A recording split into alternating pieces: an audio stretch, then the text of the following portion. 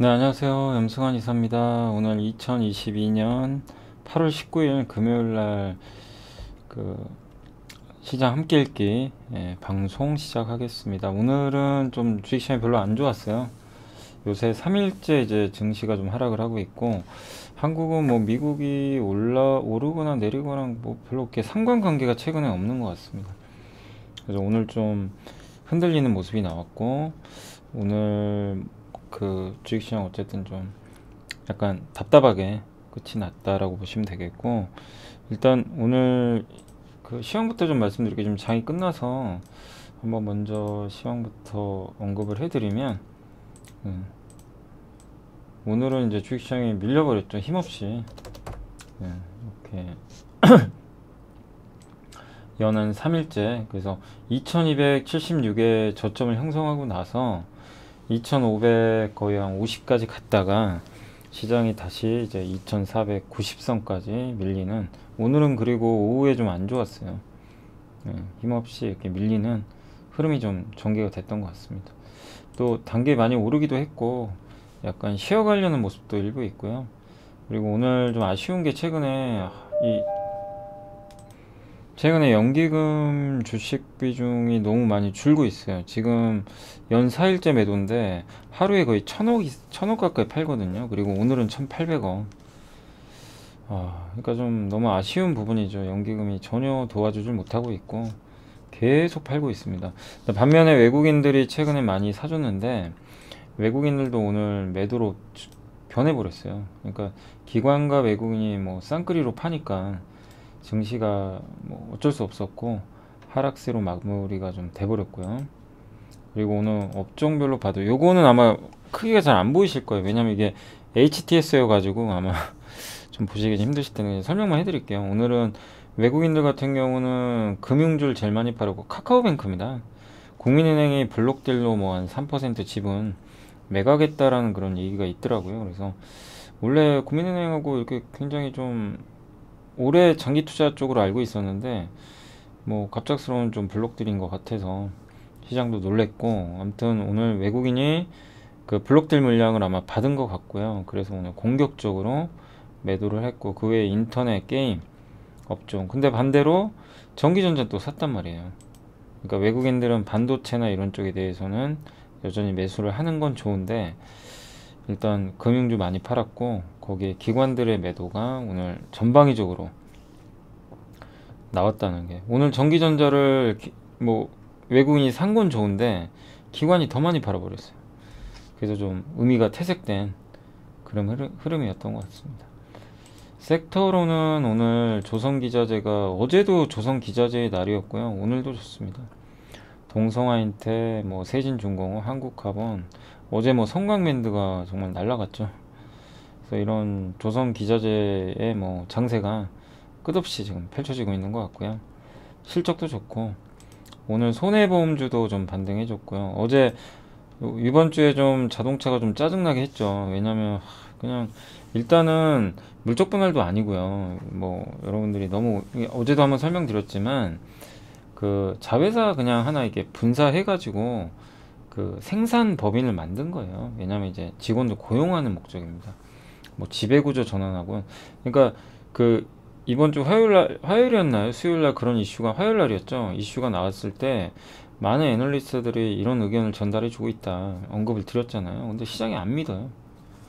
근데 결국 오늘은 올랐습니다. 어쨌든 큰 뭐가 없었고, 현대차도 오늘은 2% 정도 다시 되돌리는 일단 반등이 나왔습니다. 근데 어쨌든 지금 오늘 이번 주에 현대차나 이런 업종들이 좀 많이 흔들렸는데, 오늘은 그 우려감, 뭐 완전히 해소된 거라고 좀 볼 수는 없어요. 또 뭐가 완전히 정해진 건 아니니까. 그러나 시장이 좀 너무 앞서 나갔다. 그래서 오늘은 되돌리는 반등이 나왔습니다. 그리고 조선주도 오늘 좀 일부 종목들은 좀 올라갔던 것 같고요. 현대중공업이 여전히 뭐 강하네요. 그리고 통신주, 예, 구제역 관련주, 이쪽이 왜 올랐냐면 우리나라 어디죠? 어느 지역에서 그 저 이름이 그 아프리카 돼지열병 맞아요. 예, 그게 발견됐다는 뭐 언론 보도가 있긴 있었더라고요. 여기 그죠? 그래서 아프리카 돼지열병 관련주들이 오늘 좀 급등했던 것 같습니다.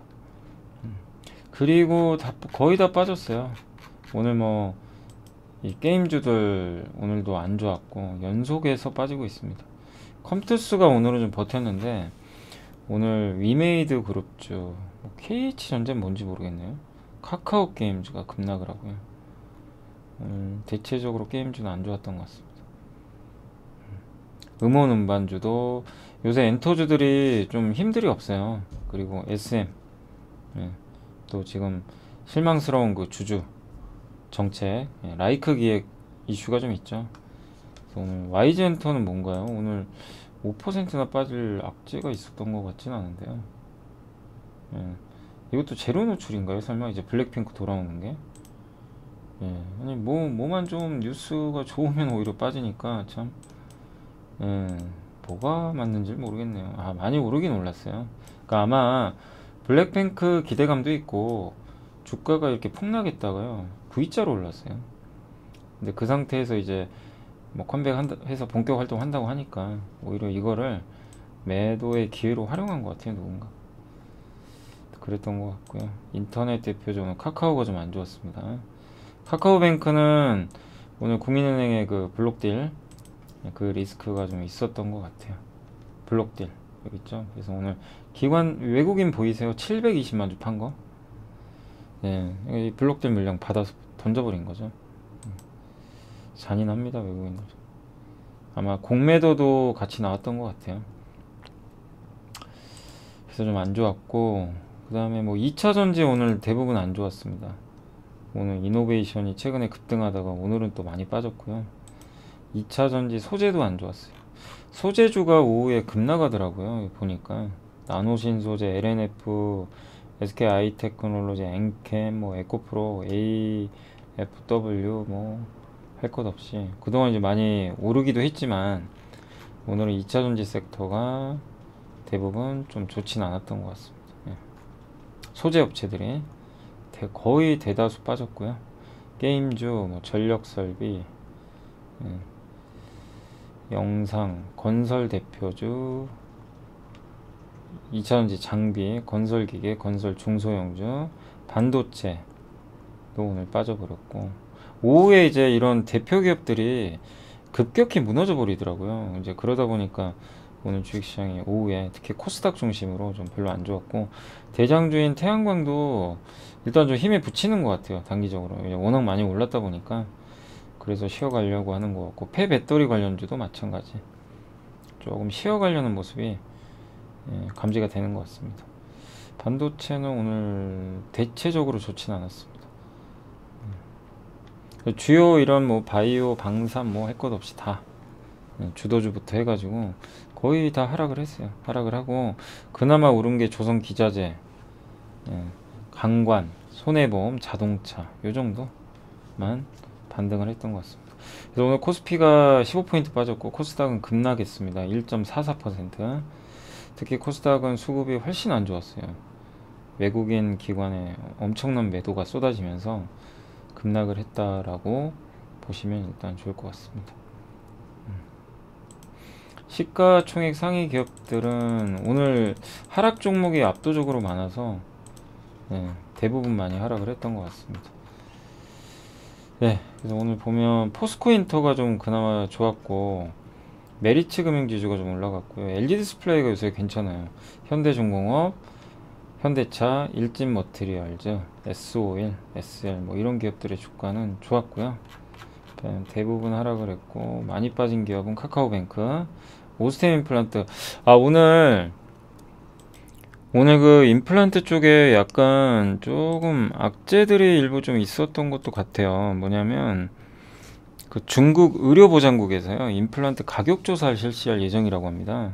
그러니까 우리나라 기업들이 중국 비중이 특히 높죠. 뭐 덴티움이나 오스테 임플란트.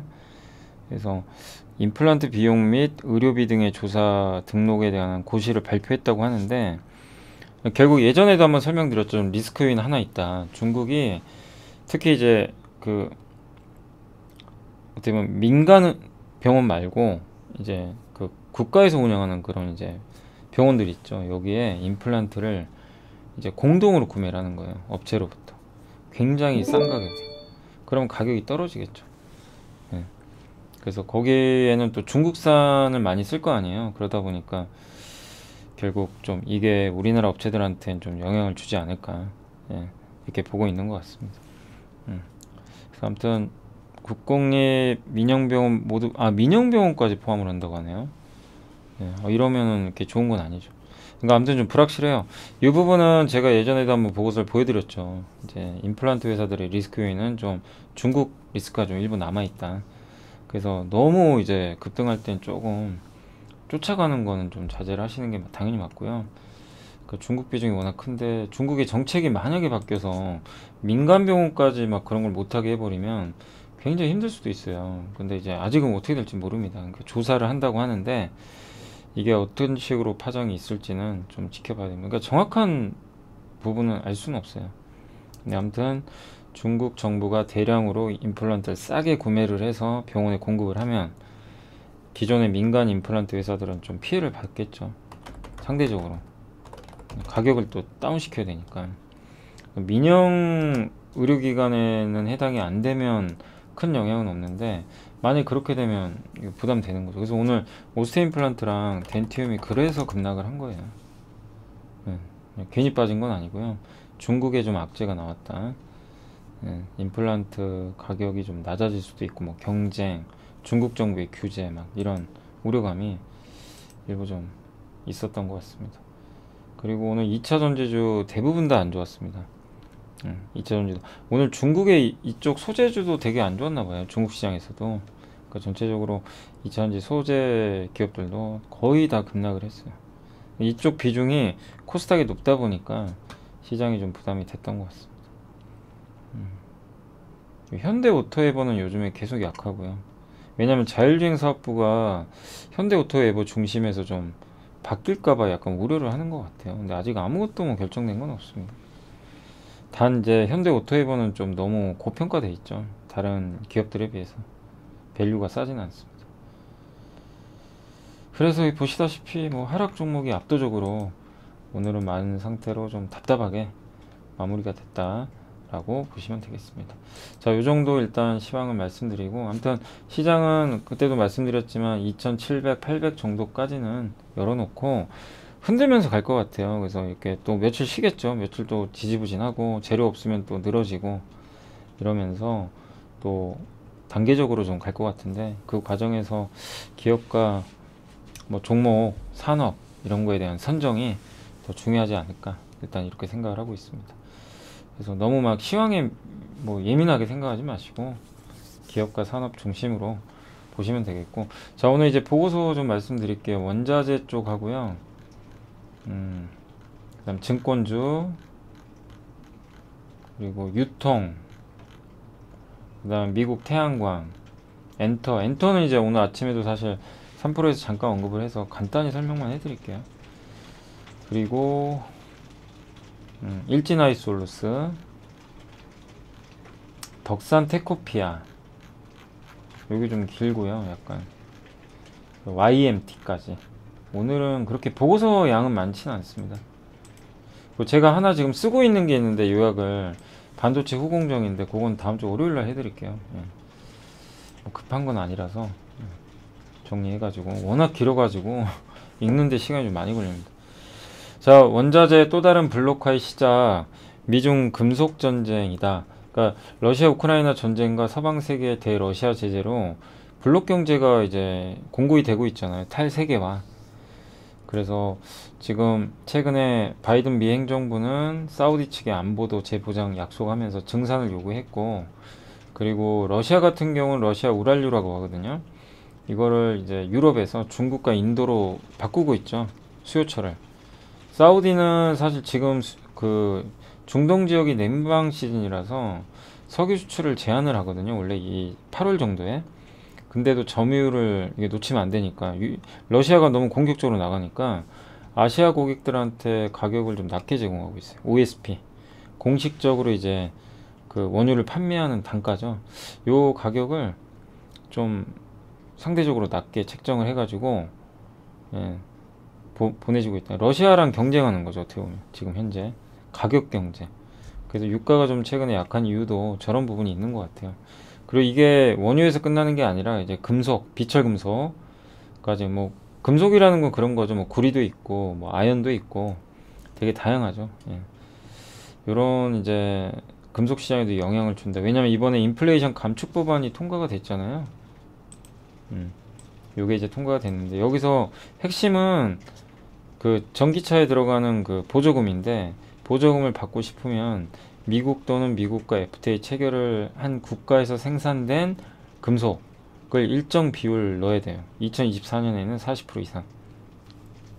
나중에 28년도에는 100%까지 늘려야 되고 그 다음에 나머지 50%는 북미 지역에서 생산된 이제 조립된 부품 비율이 50% 이상이 돼야 됩니다. 그러니까 이는 사실상 금속 시장의 블록화를 의미해요. 금속 시장 자체를 한마디로 이렇게 예, 블록화. 그러니까 중국을 제외한다는 거예요. 이게 결론은 그거예요. 중국 너네 오지 마. 미국에 이겁니다. 중국산 제품 싫어. 일단 이 내용이에요. 왜냐면 중국은 저런 이제 광석 뭐 예를 들면 아연이 있으면 아연을 캔 다음에 이걸 수입해 와가지고 뭐 니켈도 마찬가지고 정제를 합니다. 정량 쓸 수 있게 그 공급 비중이 엄청나게 높은 국가고 세계 1위죠. 그래서 이런 걸 많이 독식을 하고 있는데 근데 이 법안의 내용만 보면 중국의 이런 부분을 막겠다라는 게 명확하게 드러나 있습니다. 사실. 그럼 앞으로 어떻게 될까요? 중국 걸 안 쓰면 공급이 부족해지겠죠. 그럼 어떻게 돼요? 가격이 오르겠죠. 그래서 공급 부족이 직면하고 지금 당장 투자도 많이 못했으니까. 근데 앞으로는 어떻게 될까요? 이렇게 방향을 잡으면 그냥 투자해야 돼요.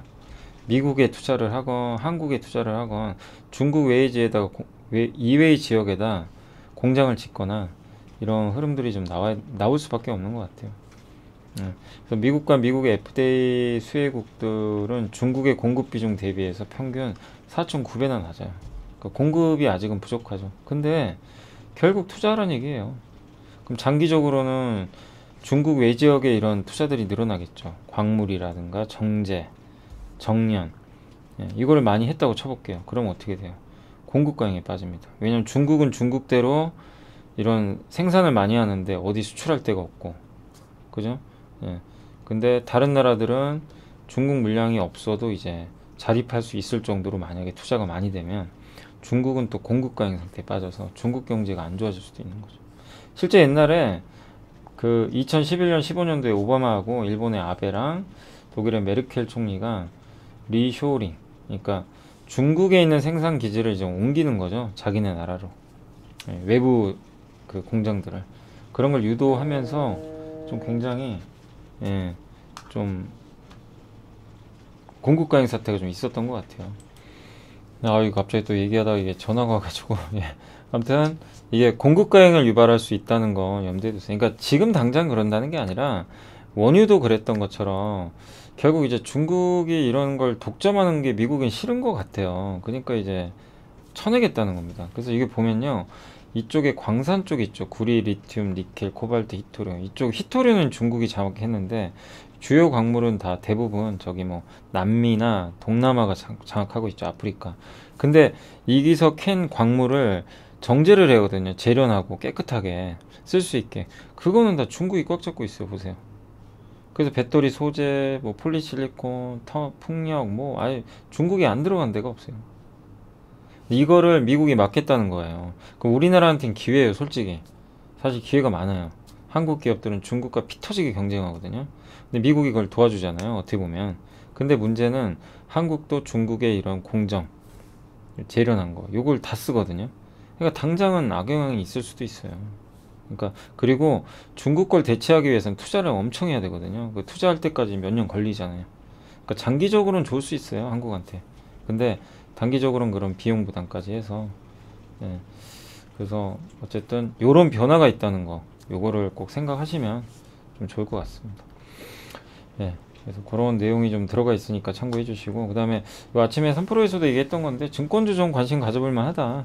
그래서 대신증권의 박혜진 연구원님이 이 뭐 내용은 그냥 그거예요. 뭐냐면 2분기 안 좋았어요. 채권 금리가 제가 어젠가요? 그 함께 배우기죠. 예, 함께 공부하기가 아니고 제가 잘못 말씀드렸어요. 함께 배우기 코너에서 그 채권 한번 설명드렸고 근데 채권 금리가 최근에 급등했었죠, 예전에. 그러니까 채권 가격이 폭락한 거예요. 근데 증권사들은 채권을 많이 갖고 있어요. 각 증권사, 대형사들이. 채권 운용 규모가 20조예요. 이걸 갖고 있는데 채권 가격이 떨어졌다고 보세요. 평가 손실이 커지겠죠. 네, 그래서 이익이 감소를 했습니다. 근데 최근에는 그 운영 환경이 좀 좋아진 게요. 이 국고채 3년물 금리가 이렇게 올랐다가 이렇게 떨어졌대요, 최근. 그러면 어떻게 돼요? 3분기부터는 금리가 떨어지니까 채권 운용 손실에서 수익이 날 수도 있겠죠. 그러니까 금리 떨어지면 채권 가격이 올라갑니다. 이렇게 보시면 되겠고, 그리고 대형사 기준 이렇게 손실이 1,000억이 넘었대요. 1,000억 내외 채권. 그리고 대형사들이 운영하는 규모 여기 나와 있고, 그래서 앞으로 좀 이 부분은 나아질 것 같다, 이런 내용이고, 거래대금은 지금 3분의 1 토막 났어요.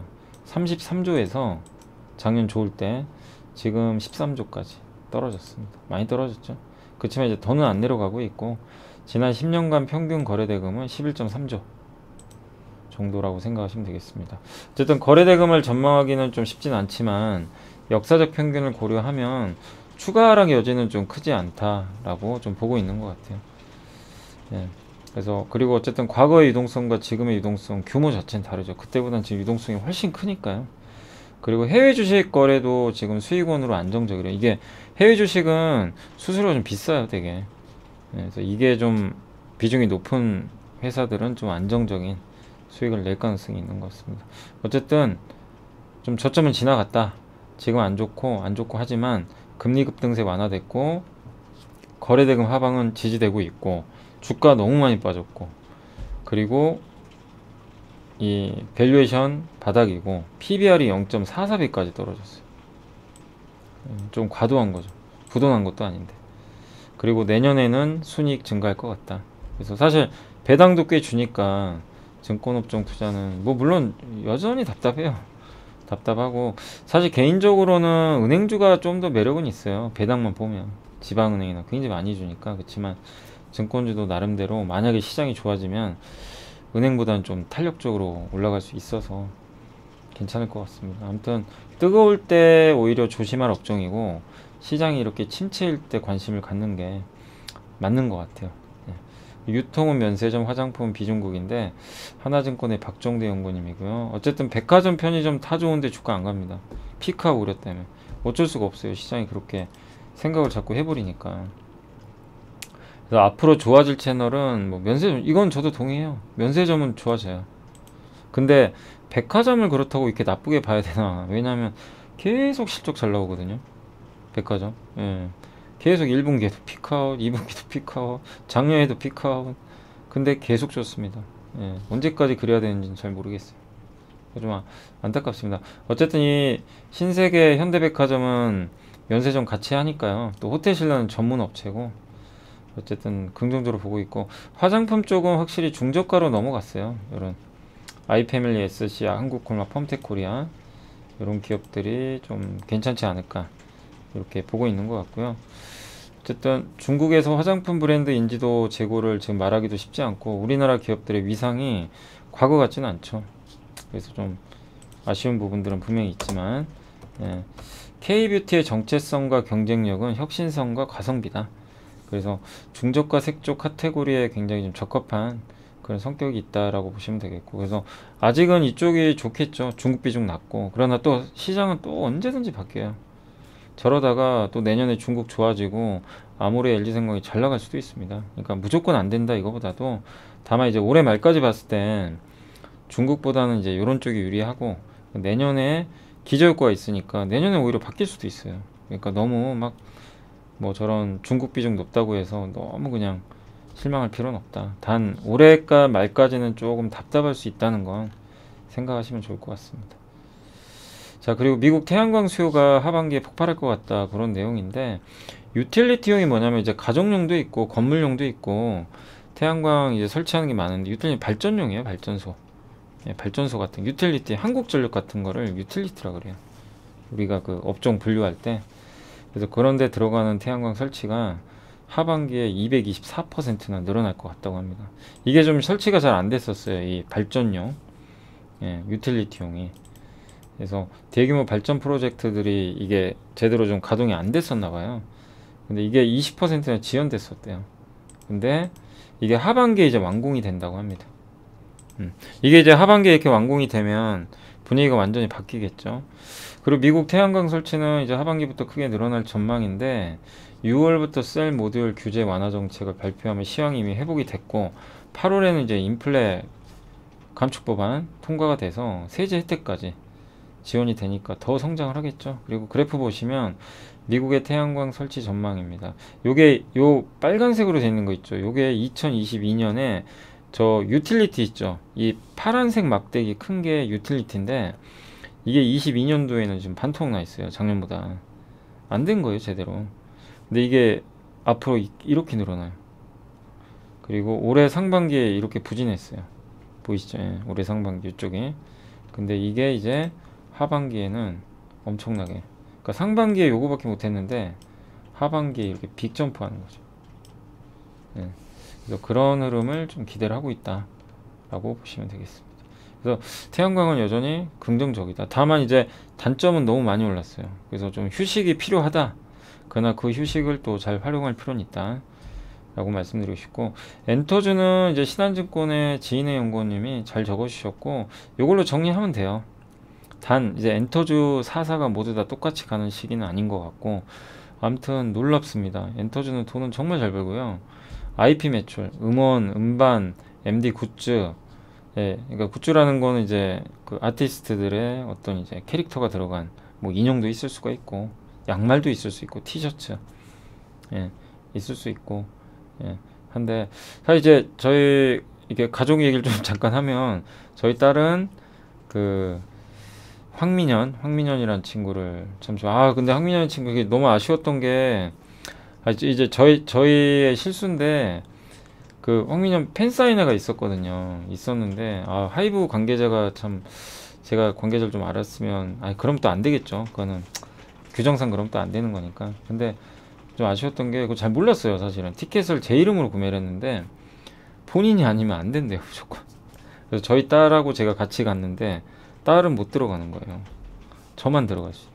그래서 참 그게 좀 속상하더라고요. 근데 어쩔 수 없죠. 그게 규정이니까. 근데 그래서 딸 이름으로 이제 다시 할 예정이고, 황민현 씨가 다시 한 번만 더 그 팬사인회 했으면 좀 좋을 것 같고, 그 다음에 이제 저희 와이프 같은 경우는 강다니엘 되게 좋아하거든요. 강다니엘 아시죠? 예, 되게 유명한 이제 아티스트인데, 예, 거기 이번에 또 다녀왔더라고요. 근데 어쨌든 이런 이제 거기 가서 티셔츠를 사왔어요. 티셔츠를. 근데 그런 게 다 굿즈죠, 굿즈. 예, 근데 그런 걸 판매하고 음반이 나가고 이런 수익들이 다 소속사에 귀속이 돼요, 대부분. 예, 그러니까 이제 이 매출은 그냥 비용도 안 들어가는 매출이죠. 그리고 JYP는 이번에 나연의 솔로 앨범, YG는 빅뱅의 음원밖에 발매가 안 됐는데, 예, 대박이 난 거예요. 그리고 옛날 음반도 되게 잘 팔려요. 유튜브 및 중국. 사실 이제 이거 하다 보니까 생각난 게, 저도 나중에 한번 뭐 별다른 일 없고 또 시장 분위기 나쁘지 않고 또 나중에 한 10만 정도 되면 한번 그러니까 뭐 그런 그 뭐죠? 콘서트인가요? 콘서트? 예, 투자 콘서트 그런 거 한번 해봤으면 좋겠네요. 예, 구독자분들 이렇게 모셔놓고 한번 하는 것도 괜찮을 것 같습니다. 아무튼 예, 이런 그 구보 옛날 것도 많이 팔리고 있고, 그래서 좋았던 것 같고요. 수익성도 좋았고 원가도 그렇게 높진 않았어요. 그리고 무엇보다 이 주력 아티스트가 신인으로 이동해요. 왜냐 신인은 그게 좀 소속사한테 유리한 게 배분 비율이 회사가 훨씬 많이 가져가잖아요. 그죠? 그래서 좋았다 이런 내용이고, 다만 이제 각계 전투의 시간이다. 각각의 장단점이 있습니다. 하이브는 창사 최대 매출을 올렸고, 뉴진스가 정말 공전의 히트를 기록하고 있고 대단하고요. 다만 문제가 하나 있어요. 판관비가 너무 많이 들어가요. 예, 이게 너무 많이 급증했습니다. 제가 아까 자료 잠깐 보니까 분기당 판관비가 1000억 이상. 하이브가 SM이 400억대거든요. 예, 그러니까 이게 매출이 꺾이면 손익도 휘청이 있는데, 좀 걱정되는 게 이제 BTS라는 큰 매출처가 지금 이제 조금씩 줄잖아요. 활동을 안 하니까.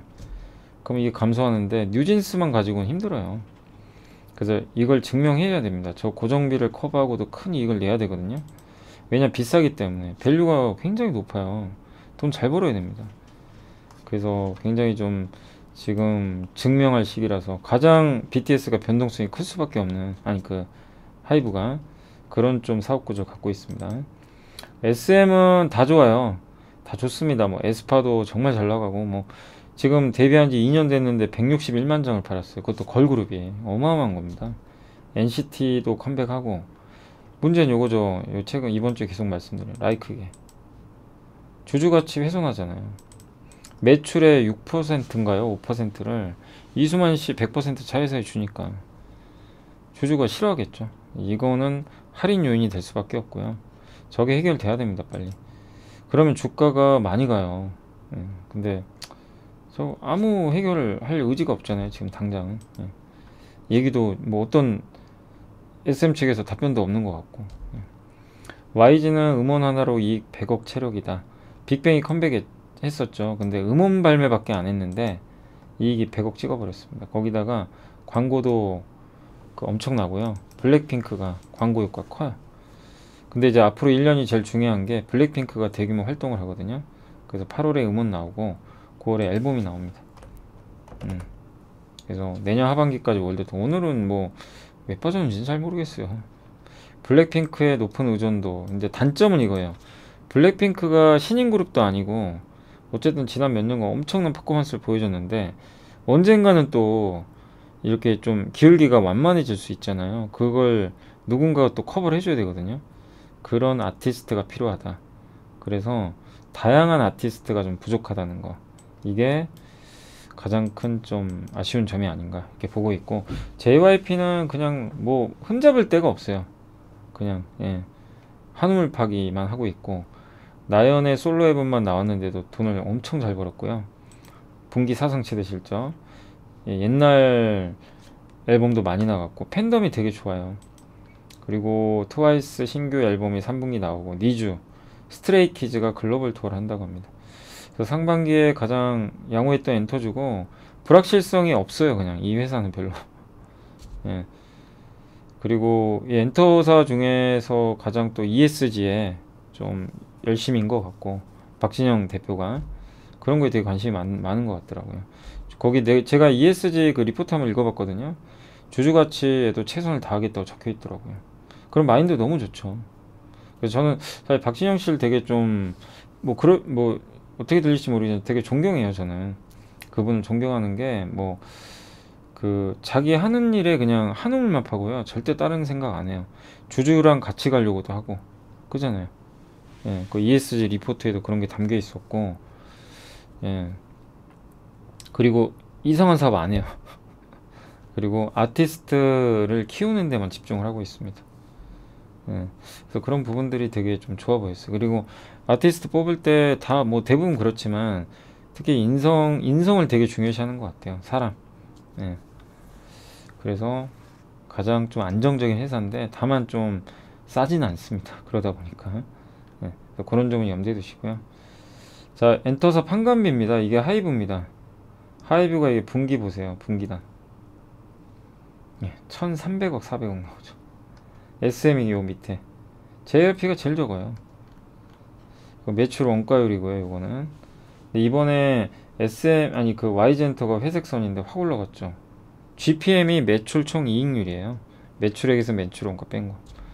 JYP도 좋았고 SM은 좀 안 좋았어요. 좀 꺾였고. 엔터사 합산 상반기 하반기 콘서트 횟수인데 하반기에 콘서트 횟수가 훨씬 많고요. 각사의 IP 음반 음원 매출인데 이게 점프했죠. 2021년부터 이렇게 수치가 확연히 올라왔어요. 놀랍죠. 특히 SM이 대단합니다. SM이 회색이거든요. 근데 라이크 기획 때문에 주가가 못 가는 거죠 지금. 그래서 그런 부분도 염두에 두시면 되겠습니다. 그 일진아이솔루스 같은 경우는 신한금융에서 나왔고, 이것도 긴 보고서니까 한번 신한증권 가셔가지고 한번 자료 보시면 되겠고, 이것도 옛날에 막 상장할 때 투자하신 분이 많은 걸로 알아요. 근데 아마 방치하신 분도 되게 많으실 거예요. 오랜만에 보고서 나왔고, 수소 사업 하죠. 수소, 탱크, 튜브 트레일러. 요게 핵심이에요. 다른 거보다. 예. 요게 외에서의 핵심. 수소는 상용차로 많이 쓰일 것 같아요. 트럭 같은 거, 버스. 그래서 유럽 OEM들이 개발에 또 착수를 했고, 국내에선 버스형 물량이 좀 대부분이다. 튜브 트레일러는 수소를 옮기는 겁니다. 이렇게 이 어떤 약간 이동할 수 있는 수단이거든요. 거기다 수소를 채워가지고 옮기는 거죠. 그래서 수소 충전소가 지금 대부분 다 이 튜브 트레일러를 통해 가지고요, 수소를 이제 가져와서 충전을 하는 시스템인 것 같아요. 그래서 튜브 트레일러 수요도 증가할 것 같다. 그 다음에 동사 탱크의 원가 중에 40%가 탄소 섬유. 탄소 섬유를 누가 만들죠? 효성 첨단 소재. 그래서 사실은 효성 첨단 소재가 좀 더 경쟁 우위는 있는 거죠. 예, 핵심 그 소재를 만드니까. 예, 그래서 그거를 일진 하이솔루스 같은데 주면 일진 하이솔루스가 효성 걸 쓰는지 잘 모르겠어요. 아무튼 그걸 받아다가 연료 탱크를 만든다. 이렇게 보시고 2024년도에는 영업이익률이 한 11%까지 올라갈 걸로 전망을 하고 있습니다. 단점 퍼가 100배나 됩니다.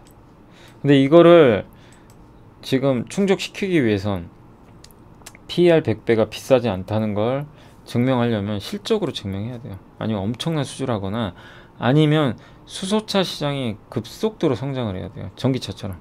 근데 그게 안 되다 보니까 주가가 못 가는 거죠. 그래서 여러 가지 난제들은 좀 남아 있습니다. 제일 중요한 건 수소차 시장이 커져야 돼요. 근데 뭐 현대차도 그렇고 좀 약간 뜨뜻미지근해졌잖아요. 근데 저는 수소차는 한다고는 봐요. 예, 수소도 나름대로 장점이 많아서 당장은 아니지만 시간은 걸리겠지만 결국은 하지 않을까라고 생각은 하고 있습니다. 아무튼 요겁니다. 요게 수소 탱크고요. 요게 복합 소재 감아 가지고 여기에 수소를 담는 거. 저게 폭발하면 안 돼요. 폭발해도 저게 그냥 금속이면요, 이렇게 막 파편이 튀겨서 사람이 죽을 수도 있어요. 근데 저거는 탄소섬유는요, 이렇게 찢어지는 거죠. 찢어져요. 그래서 위험하진 않다고는 하더라고요. 예. 아무튼 뭐 물론 이제 뭐 폭발하는 게 좋은 건 아니죠, 당연히. 그렇지만 금속에 비해서는 좀 안전한 것 같고, 요게 튜브 트레일러 이렇게 여기다 탄소 넣어가지고, 아니 그죠, 수소 넣어서 옮기는 겁니다. 요거 이런 걸 만들고 있어요. 아무튼 상장 이후 주가 너무 많이 빠졌고요. 예, 현대차도 속조절. 작년에 제네시스 수소차 뭐 안 한다 뭐 이런 얘기 나오면서 좀 안 좋았던 것 같습니다. 요새도 한번 볼까요? 차트 한번 볼까요? 어떤 상황인가? 일진 하이솔루스가 참 너무 많이 빠졌죠. 와, 이거 그러니까 상장할 때도 비쌌어요. 비쌌지만 그 후로 그냥 끝없이 하락을 했고, 단 이제 모멘텀이 필요해요. 이번에 신재생 에너지주 기억나시죠? 현대 에너지 솔루션도 그렇고. 여기 보세요. 아니 저렇게 폭락하다가 순식간에 사상 최고치. 보세요. 여기서 반토막 났어요. 여기서 물리신 분 심정이 어떻겠어요? 아, 태양광 괜히 했다 이렇겠죠. 이런 반전이 나와요. 그러니까 일진하이솔루스도 뭔가 계기가 필요해요. 근데 그게 없어요 아직은. 그러니까 잘 못 가는 겁니다.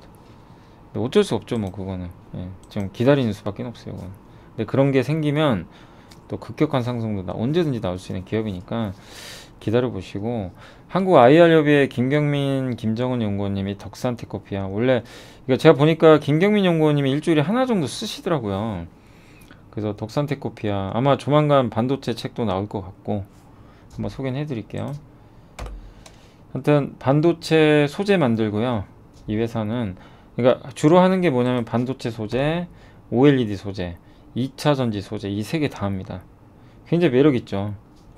예, 그런 회사고, 어쨌든 핵심은 반도체가 제일 핵심인 것 같아요. 그래서 전구체라고 있어요. 반도체를 만드는 전구체는 다른 화합물을 생성하는 화학 반응에 참여하는 물질인데, 조만간 결혼식을 앞두고 있는 예비 신부, 예비 신랑과 같대요. 결혼을 하기로 한. 예. 그래서 그거를 이제 결혼식이 하나의 완성품이라면, 생성품이라면 그거를 하기 위한 준비. 그 예비 신부, 예비 신랑이라는 거죠. 그래서 반도체를 만드는 과정에서 어떤 종류의 특정한 공정이 전개될 때 특정한 역할을 담당하는 희생막 역할을 하다가 사라지기도 하고요. 그 다음에 방막의 형태로 남기도 한다고 합니다.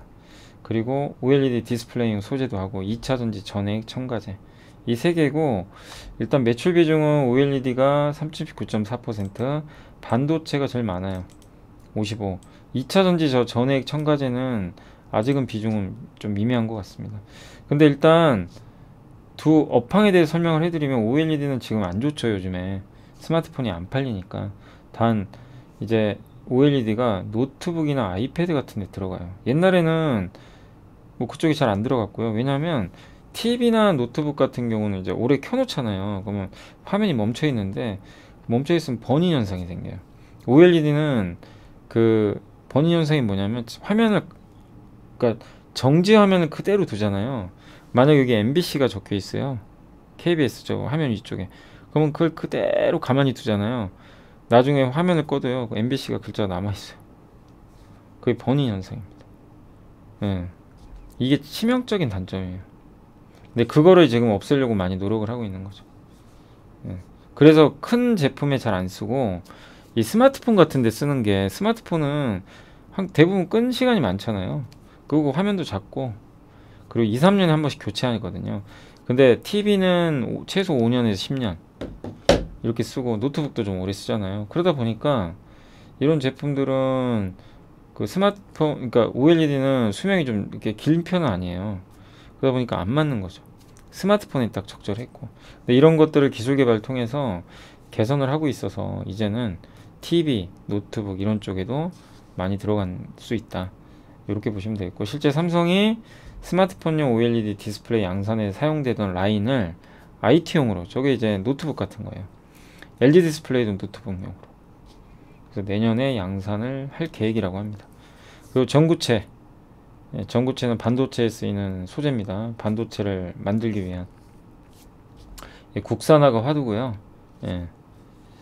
그리고 반도체 전구체 국산화는 2014년부터 시작이 됐는데, 이 미세화된 수준, 그러니까 낸드 플래시라든가 이런 모든 공정들이 굉장히 얇아져요, 선이. 그리고 이렇게 많이 쌓여요. 예. 그러다 보니까 전구체가 많이 필요합니다. 그래서 DNF가 초기에 이런 변화를, 국산화를 주도했던 기업이고, 그래서 삼성전자로부터 지분 투자를 좀 받았죠, DNF가. 예. 그리고 한솔케미칼은 메모리 반도체 전구체 사업을 시작을 했는데, 비메모리 쪽으로도 비중을 좀 늘리고 있는 것 같아요. 근데 어쨌든 덕산테크피아는 M&A를 통해서 이 사업에 진출을 했는데, 이게 원래 처음에 100억대 정도 매출이었대요. 연간 매출이. 요 정도에 불과했는데, 22년 상반기에는 반도체 소재가 매출이 한 3배 정도 뛰었고, 올해 연간 기준으로 600억 정도 나올 것 같아요. 그러면 토탈에서 6배가 되는 거죠, 매출이. 그만큼 고속 성장을 하고 있다. 그리고 비메모리 반도체용이 지금 이제 신제품이 개발이 된 것 같고요. 그래서 지금 이런 부분들은 되게 좋은 것 같고, 또 반도체용 전구체 제품 중에서 제일 큰 게 헥사클로로 디실란이라고 있나 봐요. HCDS. 예, 이게 낸드 플래시에 있죠. 이렇게 적층하는 거 200단 막 300단. 예, 거기 증착할 때 필요한 소재래요. 근데 이제 삼성전자가 이걸 지금 많이 하고 있기 때문에 덕산테크피아한테 좀 물량도 갈 수 있지 않을까, 그런 좀 기대감도 있는 것 같습니다. 예, 그래서 최근에 삼성이 이렇게 236단까지 양산한다고 했는데, 그러면 소재가 필요하죠, 저런 전구체가. 그래서 HCDS가 여기에 또 탑재될 가능성이 있어서 긍정적인 것 같습니다. 아무튼 반도체용 전구체에서 꾸준한 매출 성장을 기록할 것 같다. 400억에서 600억까지 늘어날 것 같고요. OLED는 안 좋아요. 아쉽게도 올해 좋진 않습니다. 다만 내년부터 스마트폰 또 TV 좋아질 것 같고, 노트북, 태블릿 PC 쪽도 좀 괜찮아질 것 같고, 그래서 뭐 OLED도 결국 올해는 아니더라도 내년에는 오히려 모멘텀이 될 수도 있어요. 그러니까 뭐 덕산 네오룩스도 그렇고, 최근에 보면 뭐 솔브레인도 그렇고, 이 OLED 쪽이 다 안 좋다 보니까 그쪽 비중이 좀 있는 기업들이 좀 고생하는 거죠. 근데 내년을 봐야죠, 뭐 이건. 그렇게 일단 생각하시면 되겠고요. 자, 그리고요, 그 또 덕산테크피아가 2차전지 전해액도 합니다. 신규 공장 증설을 진행 중이고, 이게 작년부터 한번 나왔던 이슈였죠. 이게 이제 본격적으로 아직 성장한 건 아닌데 비중은 작은데, 아무튼 이것도 커질 수밖에 없어요. 이 소재 싸움이거든요. 근데 중국을 대체해야 되기 때문에 이것도 굉장한 나중에 모멘텀이 될 것 같아요. 네. 그래서 아무튼 올해는 중국 스마트폰 쪽이나 이런 게 좀 부진해서 좀 아쉽지만 23년도에는 영업이익이 53%나 성장할 것 같고, 올해는 밸류가 비쌉니다. 실적이 좀 이렇게 아주 만족스럽지 못하다 보니까. 예. 근데 어쨌든 이렇게 밸류를 높게 받는 거는요, 진입 장벽이 높아서 그래요. 기존 케미칼 공급사가 신규 진입하기 되게 어려운 시장이에요. 그러니까 결국 그 앞단에 전방 산업만 열려주면 돼요. 그러니까 반도체 좋고 2차 전지도 좋아질 거고, 다만 OLED 스마트폰 또 노트북 이런 쪽이 가세하고 이러면 좋아질 것 같다 라는 그런 내용이니까 참고하시고, 참고로 PBR 밴드로는 지금 역사적 저점까지 주가 많이 떨어져 가지고 좀 내려와 있다 라고 생각하시면 되겠습니다. 그래서 지금은 충분히 좀 많이 가격 매력도 어느 정도 있는 것 같아요. 근데 올해는 어쨌든 제 의견이지만 뭐 디스플레이 업황 악화로 큰 뭐 성장은 좀 어려운 것 같고, 내년을 보고 공부를 좀 해놓자 라고 보시면 되겠습니다. YMT는 하이투자증권의 고희영 연구원님이 적어주셨는데, 이게 극동박이라고요. 예, 이제 뭐 구리 같은 거죠. 구리로 만든 얇은 박인데, 요거를 이제 양산을 한다고 하는데, 요 회사가 이거는 좋다 나쁘다 보다도 지금 투자는 하실 필요는 없어요. 조금 지켜보시고, 다만 이 회사가 이제 설명을 했나 봐요.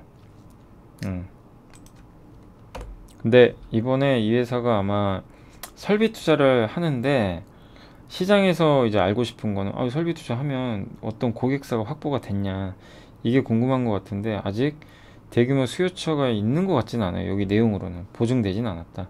그러니까 뭐 정말 유명한 어떤 회사가 야 너네 회사 거 쓸게, 그래서 이 공장 좀 만들어 줘, 이러면 굉장히 호재인데 그건 아닌 것 같고 아직은요. 그렇지만 이제 앞으로 중요한 거는, 그럼 야 너네 회사 제품을 왜 써야 돼? 이제 이런 거에 대한 의문을 이 회사가 풀어줘야 되겠죠. 그래서 지금 현재 이 극동박이라는 게 주로 이 패키지 기판 쪽에 많이 들어가요. 이런데 좀 내용이 어려울 수 있지만, 뭐 플립칩 BGA 우리 공부 많이 해봤지만요, 그런 기판 있죠, 반도체 기판. 거기에 많이 이런 게 쓰이는데, 이거를요 일본의 미쓰이 금속이 혼자 거의 다 하나 봐요. 여기가 그냥 독점이에요. 그래서 예전에도 작년인가요? 재작년인가? 아무튼 동사가 양산 공정 개발을 했다, 뭐 아니면 1000억이 안 되면 영혼 될 거다. 그러니까 대박 아니면 쪽박이다. 이런 좀 우스갯스러운 얘기도 돌았나 봐요. 근데 5년이 지났는데, 5년 전에, 5년 전부터 5년이 지났는데도 여전히 이 기업이 독점하고 있어요. 그만큼 여기 들어가기 어렵다는 거죠. 시장은 엄청 커졌는데. 그러니까 이게 우리나라 기업이 이거를 딱 뚫어주면 좋겠죠. 그래서 YMT가 그 역할을 해줬으면 좋겠는데, 아무튼 수요처 입장에서도 저 미쓰이 금속고만 쓰는 건 부담스럽거든요. 여러 업체가 해주면 좋죠. 그래서 이거를 만약에 양산에 성공해서 테스트까지 잘 해주면 YMT의 그 주가가 재평가 받겠죠. 그래서 이 회사의 극동박의 장점은 저조도 특성이 있고 저련층과 접착력도 좋고, 미세한 이런 선폭에도 대응이, 요새 미세 공정이 유행하니까 모두 최신 반도체 기판이 요구한 특성이라고 합니다. 그래서 기술의 방향이 맞으면 그 다음은 기다림이거든요. 그래서 4분기가 관건인 것 같아요. 4분기에 양산이 시작될 거라고 하는데, 이게 성공해야죠. 성공해서 실제 고객사한테 납품을 해줘야 돼요. 그것까지는 좀 지켜보시면 되겠습니다. 요게 미쓰이 금속이 왼쪽에 있는 게 극동박 판매량인데, 이 진한 파란색 선이 패키지 기판이고요.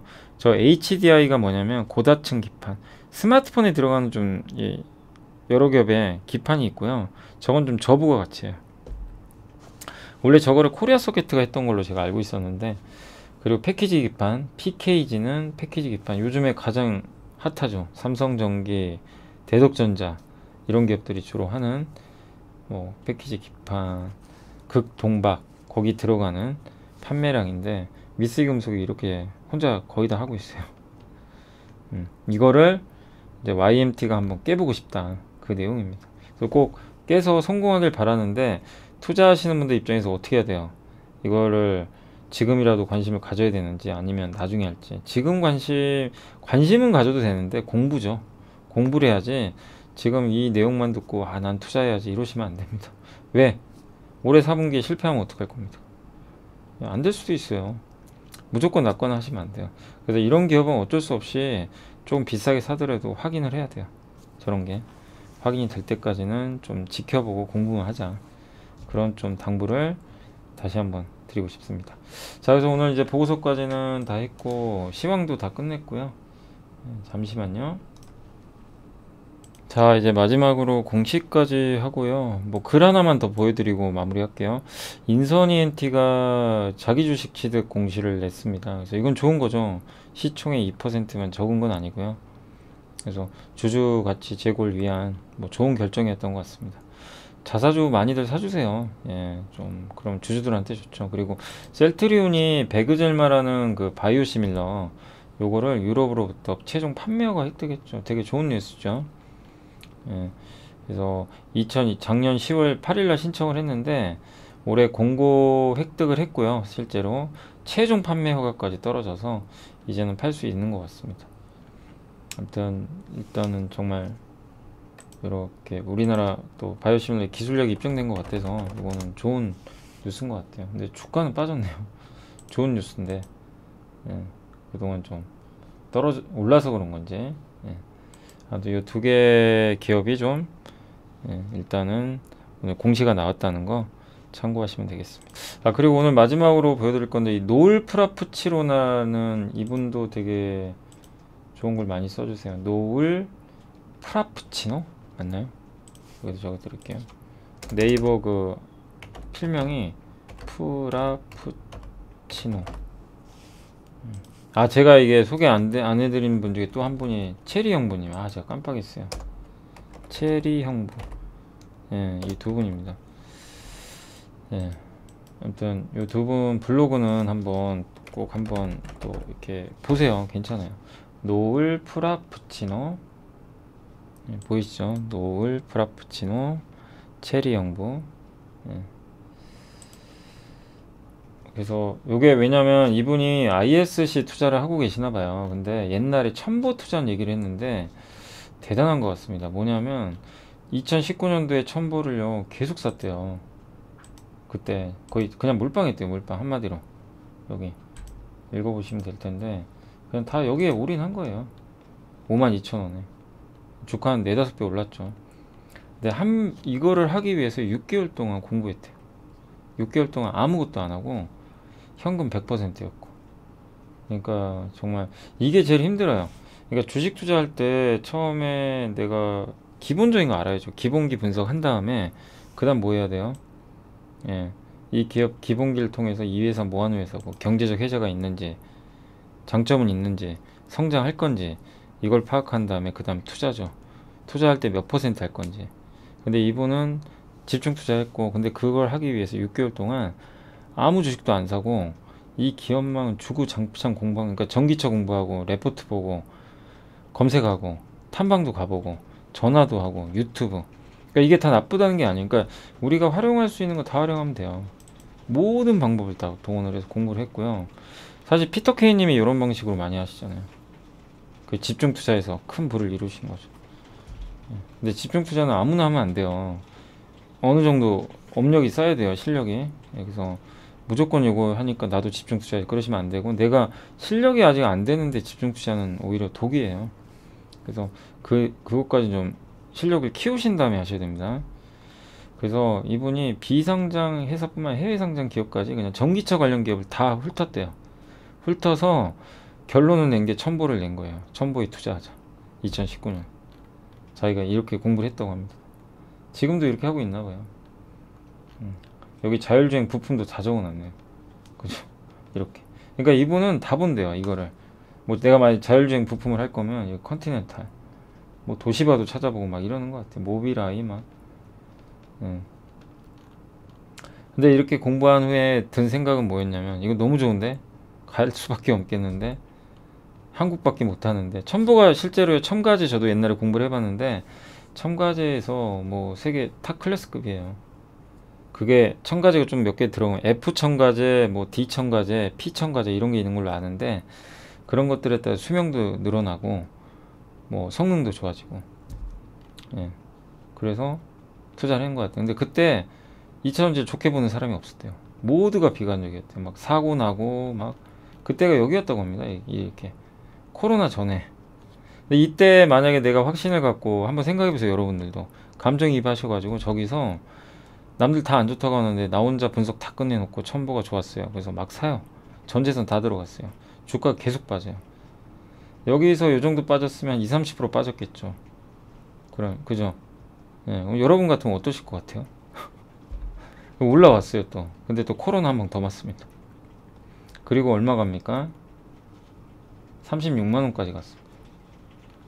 예. 요걸 견딜 수 있겠냐 이거예요. 이 과정을. 대부분 못해요. 대부분 못해요. 진짜. 하루만 빠져도 뭐라고 하는데. 그죠? 스트레스 받고.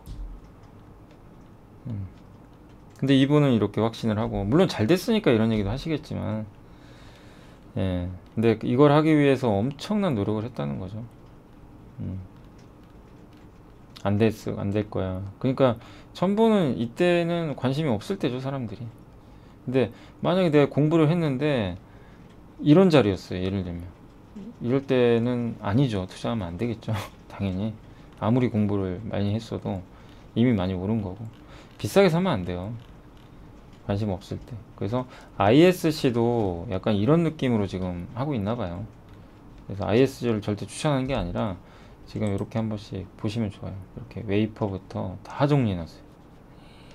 이건 저도 와 진짜 너무 존경스럽습니다. 이분이 대단하신 것 같아요. 그죠? 이렇게 정리 싹 해놨어요. 뭐 절단부터 해서 절단하면 이오 테크닉스죠. 여기가 사실은 와이어 본딩, 뭐 몰딩, 패키징, 테스트, 글로벌 기업도 다 적어놨습니다. 그래서 오늘도 나는 내일도 읽을 거다. 전 세계 반도체 기업 다 본대요. 다 봐서 이제 지금도 보고 있나 봐요. 그래서 이분 생각은 반도체 쪽에서 큰 뭐가 나올 거라고 보고 있는 것 같아요. 그 중에 이제 ISC를 골라서 아마 투자를 하고 있는 것 같습니다. ISC 처음 샀을 때도 그랬대요. 이거 대주주 횡령하는 기업인데? 뭐야, TSE 같은 경쟁사도 나오고, 에이, 안 될 거야. 그러니까 안 된다고 할수록 더 잘 되는 것 같아요. 작년에 ISC 투자하신 분 되게 성과 좋았죠. 예, 그 고독한 길 완주해 보겠다. 예. 다들 알다시피 수련은 힘들어요, 수련. 근데 이거를 알아요. 이렇게 해서 되는 거를 많은 분들이 알고는 있어요. 근데 막상 자기한테 이런 시련이 닥치면 못 견딥니다. 못 견뎌요, 절대. 아니, 첨보루가 6배 났어도 5배 났지만 처음 몰빵했는데 30% 빠졌다고 생각해보세요. 어떤 기분이에요? 나 잘못했나? 예, 그리고 좀 이제 본전 오면 손절해버리죠. 정말 힘든 거예요. 그래서 여기서 이제 느낀 건 뭐냐면 일단 기본적으로 공부를 정말 해야 되고요. 깊게 파야 돼요. 공부해도 안 된다고 하신 분이 있지만 그건 아닌 것 같고 공부해야 됩니다. 그리고 내가 실력을 쌓은 다음에 집중 투자를 해야 돼요. 나중엔. 지금 그렇게 하라는 건 아니에요. 그래서 거기서 승부를 봐서 이렇게 성공하면 큰 부가 쌓이는 거죠, 사실. 워런 버핏도 그렇게 하잖아요. 근데 그러기 위해서 엄청난 공부도 해야 되고, 예, 쉬운 길은 뭐 당연히 아닙니다. 그리고 그렇게 확신을 하고 샀는데도 안 간단 말이에요. 6개월 안 갈 수도 있어요. 그럼 내가 견딜 수 있는 인내심도 있어야 돼요. 확신을 갖고 끝까지. 제가 그 편지 소개해드렸죠. 작년에 신재생 에너지 사서 반토막 났는데 올해 수익 났다고. 계속 물타기도 하고, 예, 어쨌든 확신을 갖고 계속 투자했는데 올해 성과가 너무 좋다. 예, 그런 거죠. 그분도 6개월, 1년 기다린 거죠. 그러니까 그걸 꼭 한번 고민을 해보시는 것도 좋을 것 같아요. 그래서 요거를 제가 한번 블로그 내용은 소개해드렸습니다. 자, 아무튼 이제 금요일인데 오늘도 고생 많이 하셨고, 예, 오늘은 좀 우울하죠. 시장도 좀 별로 안 좋았고, 예, 근데 아무튼 여러분들 주말에 제가 내일 오전 10시에 토요일날 오전 10시에 그러니까 8월 20일이죠. 오전 10시에 그 IPO 신규 상장 기업 투자하는 법 그걸로 어떻게 저축하는지 올려놨으니까 그것도 한번 배워보시면 좋을 것 같습니다. 자, 이번 한 주 너무 고생하셨고 저는 다음 주에 뵙겠습니다. 감사합니다. 주말 잘 보내세요.